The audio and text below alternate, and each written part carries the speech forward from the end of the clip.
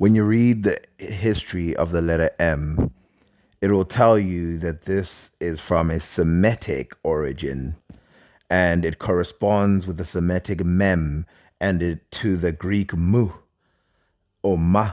The Semitic form may derive from an earlier sign representing waves of water. Early Greek forms from Thera, Attica, and Corinth closely resemble the early North Semitic rendering. The Lydian alphabet also has a similar form. These forms differ only in direction of the writing. The Etruscans from is similar but has an additional stroke since this form is rare in Etruscan. The Latin form may have been borrowed directly from Chalcidian.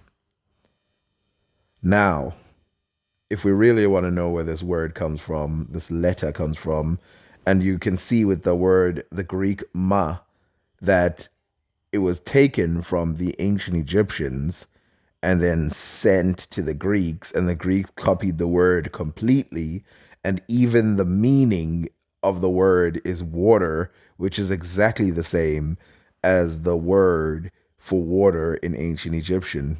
The Greeks took this word and was later converted it. It's not Semitic, it's Afro-Asiatic. Afro-Asiatic languages have affected the Greek language, and this is a fact. And from here on out, it goes to the Romans, the British, to us today, all over the world who respect this word or letter that is based on the ancient Egyptian script. Now, again, I want you guys to focus on something. Notice how the African connection is not brought up, it's cut off. Everything about this origin should make you think that the direction they would point at is Egypt, but they do not. For Egypt is the foundation of Greece, it's the foundation of Europe, it's the foundation of most of these civilizations, to be honest. The only competing civilizations are the one in India, which seems to be the same age as the ancient Egyptian civilization, and Mesopotamia, which also seems to be the same age as the ancient Egyptians.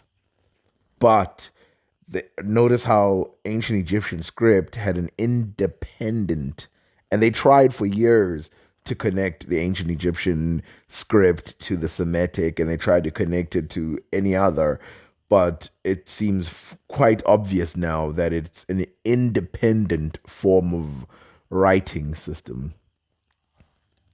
But I have a feeling that this independent system that seems to appear fully intact at some point started somewhere deeper in Africa.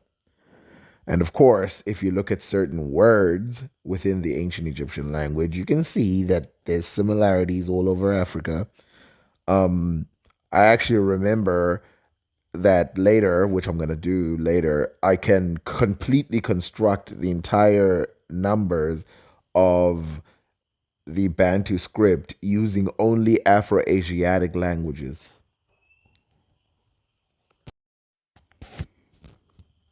Do you ever wonder why the ancient Egyptians seem to be connected to East Africans and North Africans, but for some reason, the North African connection is way more respected?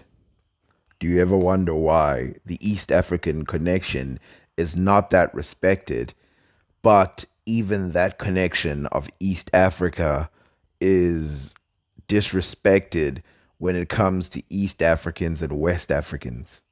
Do you ever wonder why that connection is disrespected and why these people are thought to be completely separate and have nothing to do with each other, including their history and everything like that?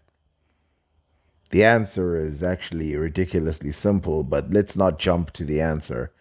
Let us consider a couple things. Let us consider the fact that a lot of traditions that come from West Africa have made their way all the way to East Africa. I don't want to repeat myself because I've put them in a lot of videos. I will give maybe two examples, even though there are hundreds, literally hundreds, from certain type of wild grain that starts in West Africa and then is later seen in East Africa, certain types of species of animal that would have been carried from one place to another. But more than that is pottery and all kinds of processes of baking and cooking. It is obvious that the ancient Egyptians were a coalescence or a fusion or a falling into of multiple African people, probably the majority coming from East Africa, but then multiple African people coming together and forming this one civilization that for some reason jumps beyond any other. I won't even mix words here. Ancient Egypt is the single best civilization in ancient times compared to any of I challenge you to give me a better civilization, especially for its time period. Ancient Egypt seems to educate the entire world on how to be a civilization. Even if you look at places like Mesopotamia, who in some cases seem to arrive first at some inventions or technology, even they seem to borrow traditions from the Egyptians. A good one would be glass.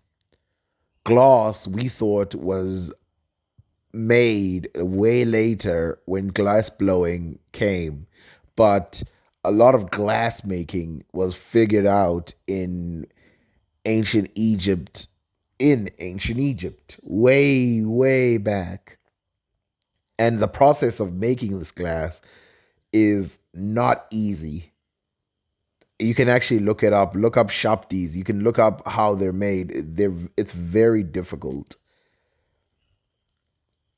This is probably why the ancient civilizations from the Middle East thought that Egypt had a lot of secrets and they wanted to decipher the language of the ancient Egyptians. The ancient Egyptians have always captured the hearts and minds of foreigners, and the Middle East was no exception.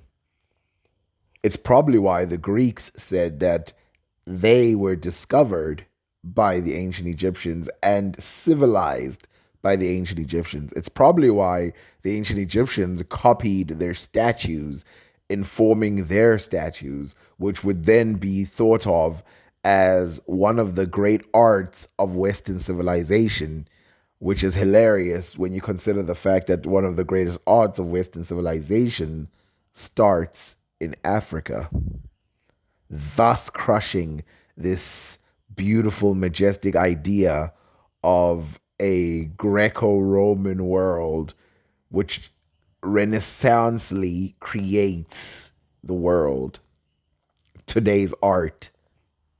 But it's not true.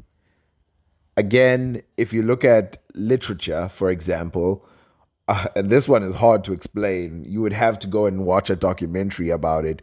But the letter M comes from Ma in ancient Egypt, from the river. We don't talk about this today, but that's where it comes from. So writing between Mesopotamia and Egypt, they kept borrowing ideas from each other, never fully changing their script, just borrowing ideas. More than that, we have evidence of trade that goes deep into Africa. And some people forget, because I've heard this question before, are East Africans black? Some people forget that East Africans are East Africans. They're not Northeast Africans, they're East Africans. And DNA of East Africans has been found all the way down by South Africa.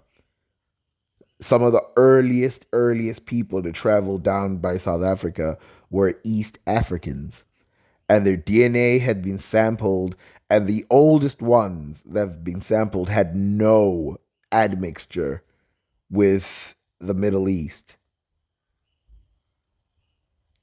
I hope you understand what I just said there. No, zero admixture with the Middle East. And like I said, North Africans, you find DNA of sub-Saharan Africans in North Africa. So the question is, okay, so why is West Africa considered this isolate? I've noticed that when I upload linguistic similarities between East Africa and West Africa and Southern Africa and North Africa, some people question this validity. Let's first throw something out there that is going to crush this idea. First of all, there is no doubt that East African languages have influenced West African and other African languages. That is a fact.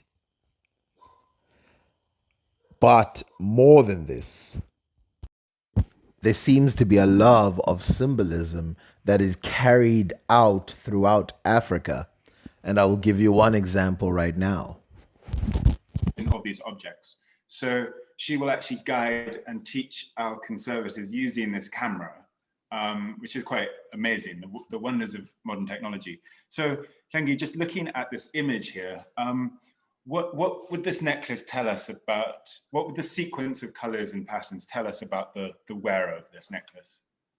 Okay, first you look at the way that they put the colors together, and then looking at the color of the necklace, which has got the green as an edge, and the color of the necklace, that green, it's a light green, it's representing that I am young. So this necklace, it's belonged to an engaged woman. Sorry, so this is the green around the neck? Yes, that green, it's a light green that says, I'm not young enough not to be chosen. So it means, as I said to you, I love you. So it means that I am ready to become your wife. Wow. And then they've added the pink, which pink in Zulu, they call it isipofu, which refer to poor.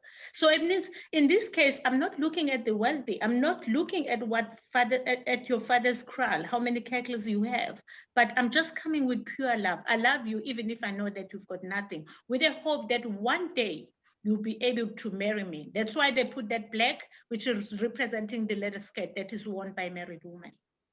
So she's marrying for love? Yes, like she's wishing to get married, and then she's had a hope that the wife, the boyfriend would be able to pay the price of the bride. And then you look at the panel, the actual two panel, which is Amatema, and it's got rows like lines. It shows these are the walking the path that they'll be taking in their relationship. And then it's had the green, which is little bit darker to the green that is on the neck collar, the darker one. That green, it's a symbol of waiting. Like if you see, like looking at the river, and then there were always like stones on the side of the river, because the water bumps on those stones all the time, they become greenish. So that shows that those stones has been there for quite a long time. So this lady, it doesn't matter how long it should take to put together the price of the bride, but she'll wait. Because she's got the love. That's why they add that rate as a love. Beautiful. The designs in this kente fabric originated from the Ashanti people in Ghana, West Africa. The name comes from the Ashanti word kenten, which means basket because of its woven look. The origins date back to the 12th century, and this fabric has traditionally been worn by royalty, kings and queens, and other important figures during ceremonial events. There are many different designs. Each design has a different historical, philosophical, or moral meaning. We will look at just two of these now. This first design represents aspiration, noble deeds, or sharing. The Ashanti name for this literally means one who climbs a tree worth climbing gets the help deserved. The meaning is that anyone who performs a noble deed deserves the support of the community. This second design is historically known as the most prestigious of all kente designs. The name of this pattern literally means all motifs are used up. The original weaver who created this design is said to have used all of the motifs known to the weavers of his time. This is only but 2 examples. There are plenty more left. So for anybody who wants to know about the true history of ancient Egypt, the true history of Africa, of the entire continent of Africa, remember this. If you do not look into the symbolism, the art, the food, the cultures, the similarities, the differences, the body modification, the glorification of animals, the glorification of things that are natural and unnatural, the inventions, you are not getting even 1% of African history. There are books written by both Africans and non-Africans that will detail for you this history. But if you don't know it, it'll seem fantastical and even magical. And when you hear these connections, they will sound to you too good to be true. But I assure you that everything that I say has proof and evidence.